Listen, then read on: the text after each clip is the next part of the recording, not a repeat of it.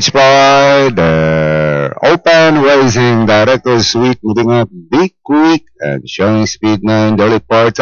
Big Quick cuts Delight na joining on the outside. 4 lengths back director Sweet na followed by Magical Bella Moramio. While Princess Winnet, the top favorite, is trailing the group. Out of straight day travel. Big Quick just in front, leads by half a length, followed closely by Cuts Delight. 4 lengths back to directors Sweet.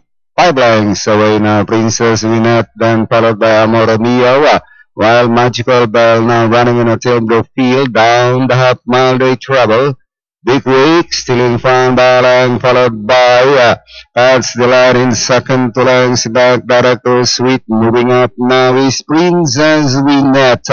And inside the last 600, Big Week Cuts Delight. Princess Winnet, and moving up is Amor Mio. A long shot on the outside. And towards the last 300, Big Week Princess Winnet. Amor Mio moving up now in between horses. And final turn they go. Amor Mio now grabs the leader.